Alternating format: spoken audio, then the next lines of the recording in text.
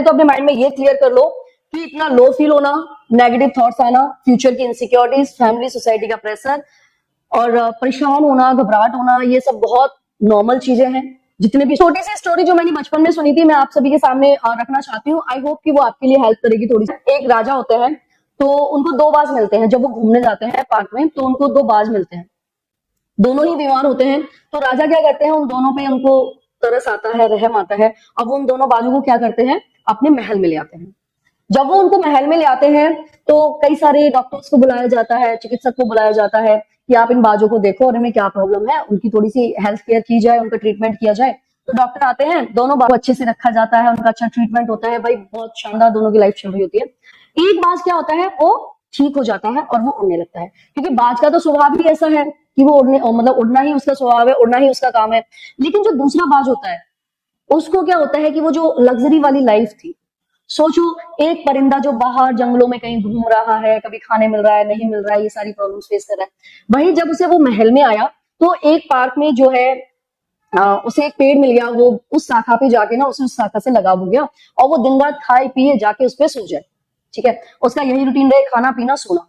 अब राजा को बड़ी चिंता हुई कि ये सिर्फ यहाँ पे बैठा रहता है, इसको क्या प्रॉब्लम है, क्या दिक्कत है, ये इस तरीके से क्यों सो रहा है, ये क्यों नहीं उड़ रहा, दूसरा बाज तो उड़ गया तो ये क्यों नहीं उड़ रहा है।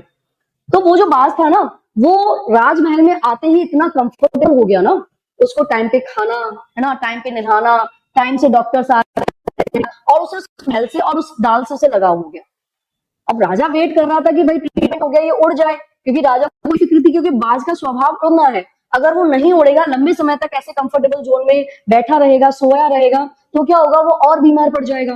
राइट है कि राजा ने किसान को बुलाया और किसान ने डायरेक्ट आकर क्या किया, वो डाली को ही काट दिया। और जब वो डाली को काट दिया गया तो गिरा, फिर उसने कोशिश करी और फिर उसके बाद उसने एक ऊंची उड़ान भरी।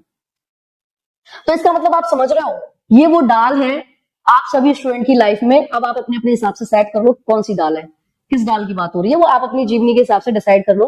तो जैसे उस किसान को पता था बच्चों कि इस बाज के लिए क्या जरूरी है, यदि डाल नहीं काटी जाएगी तो ये हमेशा के लिए बीमार रहेगा, यहीं पे रहेगा और ये कभी नहीं उठ पाएगा।